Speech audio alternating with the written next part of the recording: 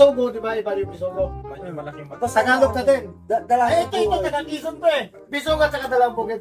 Isa hindi. Itatagbukin sa Hindi, sa'yo. Di ba kayo si Marlon? Ang alam ko sa Nagam, okay ba? Oo. Diba? Taga-Quezon to ha. Oh, tissue yan. Ganitong usapan lang mula umpisa ng inuman hanggang mapuno ng alak ang tiyan. Yung usapang nasimulan hanggang matapos na ang inuman, ganun dapat yan. Wala niya yung stock dyan. May tinapay dito doon. Ala. Papsi nga pala, ang sisira ng araw nyo. Dadayo lang ako ng inuman kasama ng mga tropa at kamag-anak na nasa malayo. Cancelled ang pamumundok dahil maulan ngayon pero ang inuman, rain or shine.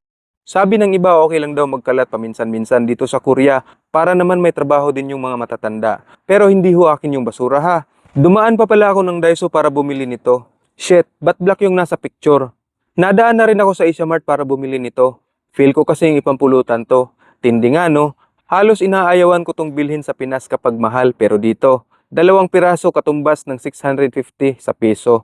Ganun talaga kapag na-miss mong kumain ng mga nakasanayan mong kainin, di bali ng mahal, mapagbigyan lang ang craving. Gutom din talaga ako dahil parang di ko trip magkanin kapag bibiyahe. Alam nyo na, mahirap baka ako maabutan pa.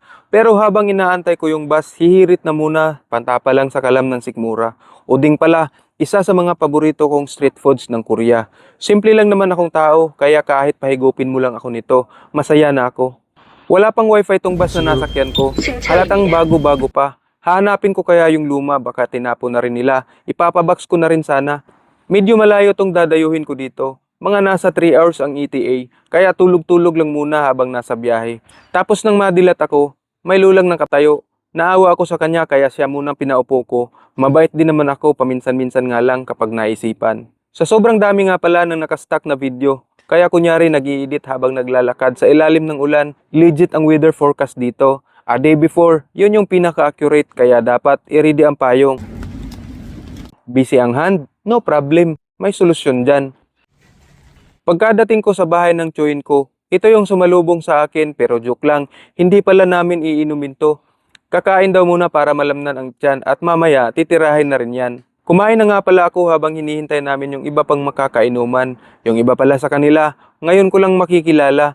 At nag-chip in na rin kaagad kami ng tig 20,000 won pambili ng soju at beer para maumpisahan na. Opo, mga friends, dala ko po to.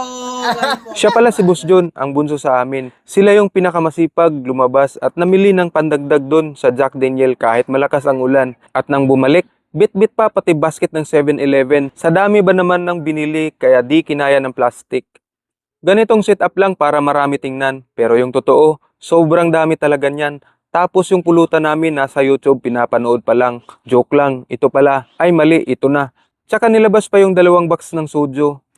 Ngayon kumakain na yung mga bagong dating. Habang ako naman tong naturingang cameraman. Pasimple lang din si Boss John dito sa lamesa. Dahil di na kami kakasya doon sa loob at inuulam yata niya yung mangga. Tingnan nyo nga naman ang ngiti nila kanina. At ngiti nila dito.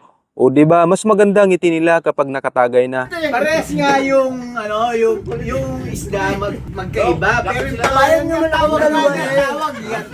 At once may isang bagay na maging topic mula umpisa hanggang uwian na yun. Madalas pinag-uusapan dito ay basketball, loto at fishing dahil paborito nilang pinapanood to sa YouTube. Bahala kayo dyang magtalo, basta ako, babanatan ko tong pulutang inihandaan nyo. Ito palang bike na to ibibenta ko sana, kaso parang ayaw ni Tio. Carbon loading.